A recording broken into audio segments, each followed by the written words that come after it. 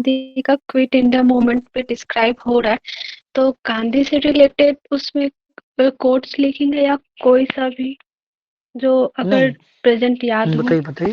हाँ, नहीं नहीं नहीं, कोर्स वैसा होना चाहिए जो आप लिख रहे हैं, जो टॉपिक, नहीं उस देखिए, टॉपिक से बात सही है ना संबंधित होना कि चाहिए। महात्मा गांधी का कोट तो आपको महिला के ऊपर भी, हरिजन के ऊपर भी, समाज के ऊपर भी, फिर स्वतंत्रता के ऊपर भी, और गरीबी के ऊपर भी, अलग अलग शिक्षा के ऊपर भी, बहुत अलग अलग एस्पेक्ट्स में मिलेंगे। लेकिन जो क्वेश्चन आपका जहाँ पे पूछा गया है, क्विट इंडिया मूवमेंट है, तो उनका जो स्वतंत्रता से रिलेटेड कोई कोट है तो उसको दे। और ऐसा नहीं है कि हमेशा कोट से स्टार्ट कर। देखिए, कोट वाला चीज जो है ना, वो ऐसे लिखने में तो ज्यादा अच्छा रहता है, लेकिन इस तरीके से आंसर में जो कि छोटा छोटा आंसर होता है, उसमें कोट का इस्तेमाल करना हमेशा यूजफुल नहीं होगा।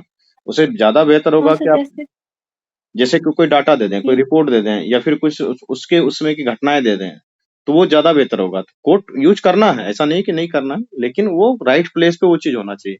ऐसा नहीं लगे कि ऊपर से चिपका दिया गया है, उसमें समाहित कर दिया गया है। ये चीज अगर आप कर पा रहे हैं तब तो कोट्स का यूज करें, बिल्कुल कोई दिक्कत नहीं है। और कार्तिकेन? बिल्कुल। तो उससे संबंधित होना चाहिए।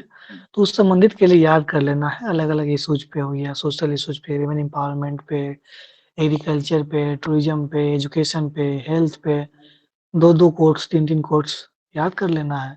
वो आपके अच्छा। ऊपर है। वो हम्म। जब आप लिखोगे, जब प्रैक्टिस करोगे, तो कोट्स तो याद हो जाता है। अगला उसको सवाल। स्पेशल बैठ के याद नहीं करना है, याद कभी नहीं करना कोट्स। अगला सवाल खुशी का है बताइए। कार्तिकेयन कि सर, आंसर राइटिंग करते वक्त पैराग्राफ चेंज करें, ये समझ में नहीं आता है कि कहाँ से पैराग्राफ चेंज करें, कैसे पैराग्राफ चेंज करें। और साकलिन भी कुछ बोलना चाह रहा है, उसका भी सवाल ले ही लें। बताइए साइकिलिन जी। सर जैसे एक क्वेश्चन सर दिए थे तो कुछ दिन पहले, हाँ जैसे ये जम्मू कश्मीर में धारा 370 हटा था ना, तो वो हाँ उचित था या अनुचित था इसके बारे में, और वहां हुए परिवर्तन के बारे में पूछा था। तो जैसे परिवर्तन के बारे में वहां बताया था, तो मैंने डायग्राम में सब सेक्शन को बांट दिया था। जैसे आतंकवाद मुक्त हुआ, एडमिनिस्ट्रेशन में क्या चेंज आया, शिक्षा के क्षेत्र में, हेल्थ के क्षेत्र में, पर्यटन के क्षेत्र में, रोजगार के क्षेत्र में।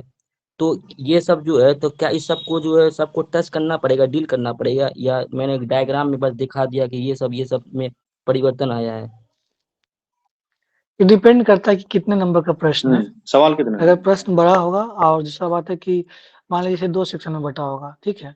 तो 19 नंबर का होगा तब तो उसको डायग्राम बना के तो बता दिए, साथ ही साथ डिस्क्राइब करना होगा एग्ज़ाम्पल के साथ। लेकिन अगर वो 3 सेक्शन में क्वेश्चन बँटा होगा, तो मान लीजिए 38 नंबर का है, तो आपका पड़ा लगभग 10-12 नंबर का, 12 नंबर का पड़ा। तो उस हिसाब से हल्का कुछ इम्पोर्टेंट सेक्शन को डिस्क्राइब कर दिए। जैसे इकोनॉमी में टूरिज़्म डेवलपमेंट हुआ, इसके अलावा एनर्जी सेक्टर में डेवलपमेंट हुआ, तो कुछ को टच कर देंगे, कुछ को छोड़ देंगे। एडमिनिस्ट्रेशन सही हो गया, उसको टच कर देंगे। मान लिया आपने 8 एस्पेक्ट को टच किया, ठीक? तो 8 एस्पेक्ट में 4 को लिख देंगे, डिस्क्राइब कर देंगे, 4 को छोड़ देंगे। उससे ये, लेकिन डिपेंड करेगा कितने नंबर का प्रश्न है। अगर 38 का है, 38 में 19 बटा हुआ है, तो 9 तो लिखना पड़ेगा सभी का। अगर बटा हुआ है उस 8 नंबर का है, 7 नंबर का है, 10 नंबर का है, तो 2-3 को टच कर दिए, बाकी तो पूरा लिख ही दिए हम एस्पेक्ट्स।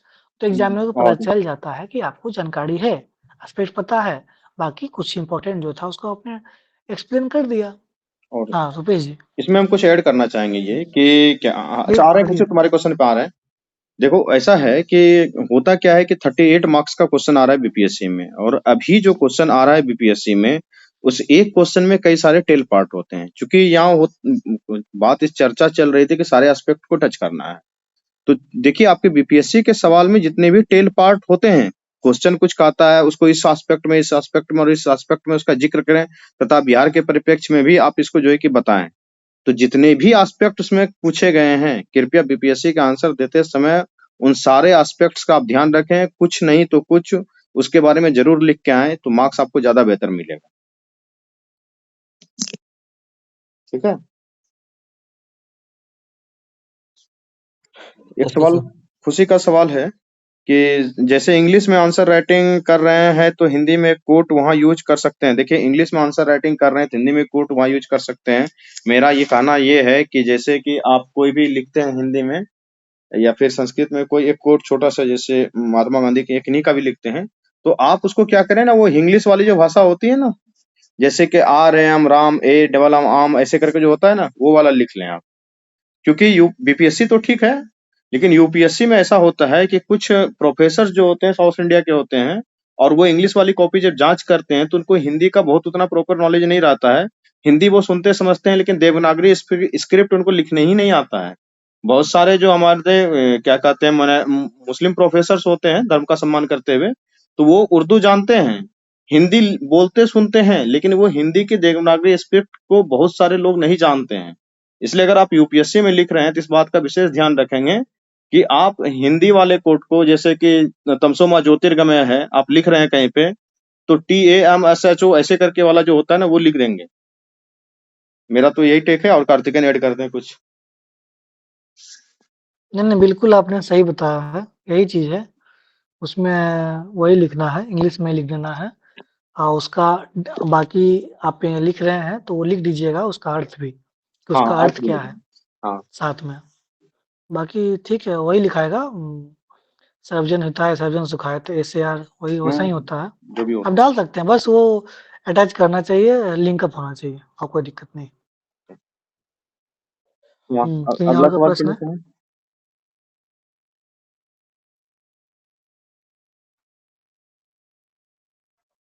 किन्हीं का और कोई प्रश्न है?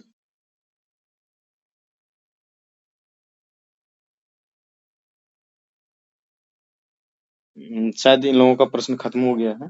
तो कार्तिकेयन, ये लोग बीपीएससी में अब मैं आंसर तो राइटिंग के लिए क्या करें, वो थोड़ा बता दें। तो मैं ब्रीफ कर देता हूँ, हाँ।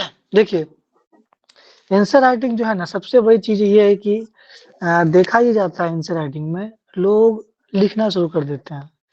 पहले क्या होता है ना कि आप जब तक कंटेंट नहीं भरेगा आपके माइंड में, कंटेंट पहले होना चाहिए। होता क्या है कि आपके पास कंटेंट होता नहीं है, आप सादा पेज, ब्लैंक पेज लेकर के, पेन लेकर के बैठ जाते हैं। उसके बाद शिकायत क्या होती है, सर हमसे तो आंसर राइटिंग हो ही नहीं पा रहा है, हम तो लिख ही नहीं पा रहे हैं, हम करें तो क्या करें? तो पहला स्टेप होता है आंसर राइटिंग का, firstly you grasp the knowledge. अब वो नॉलेज न्यूज़पेपर से हो सकता है, मैगज़ीन से हो सकता है, आपका टेक्स्ट बुक से हो सकता है, कोई भी टॉपिक हो। सपोज़ करिए कि मान लीजिए आप हिस्ट्री लिख रहे हैं या करंट अफेयर्स ही लिख रहे हैं, G20 लिख रहे हैं, तो G20 के बारे में आप पहले पढ़ें। अपने करंट अफेयर्स मैगज़ीन से पढ़ लें, अपने न्यूज़पेपर में एडिटोरियल पढ़ रहा था उससे पढ़ लें, वेबसाइट पे पढ़ लें, यूट्यूब वीडियो देख लें। पहले पढ़ें उसको अच्छे से, क्या-क्या फीचर्स है, क्या कब स्थापना हुआ, कितने मेंबर हैं, क्या-क्या इनिशिएटिव रहा। उसके बाद प्रश्न पढ़ कर के उसके बाद लिखें।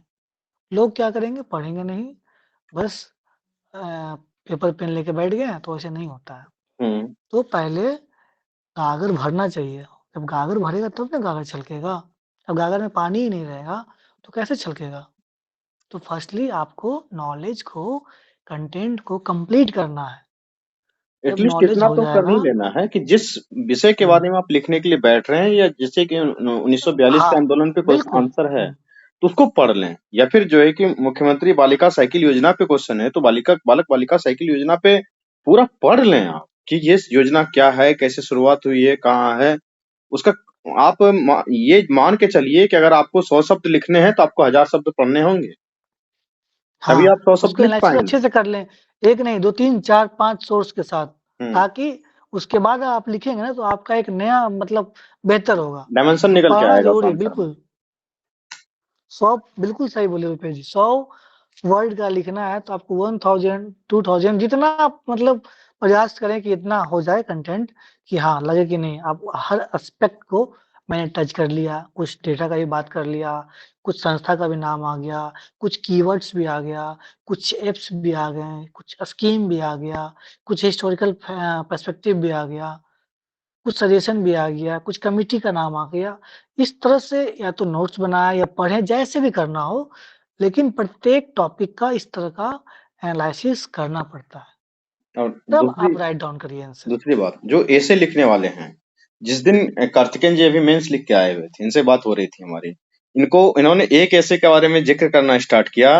फोन पे हम लोग बात कर रहे थे, 3 मिनट तक लगातार ये उनके डायमेंशन को बोलते ही रह गए।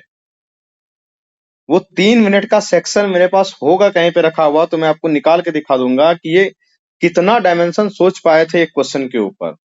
कल भी ऐसे का जो जिक्र हो रहा था ना, तो मैं वो यही कहना चाह रहा हूँ कि आप आंसर राइटिंग करें या ऐसे राइटिंग करें, वो डायमेंशन आपके पास होना चाहिए। कार्तिकेयन, अगर वो याद हो थोड़ा सा, तो क्योंकि उस समय तो आपको एकदम दिमाग में तरोताजा था, क्या था, अगर कुछ बताना चाहें इस पे तो।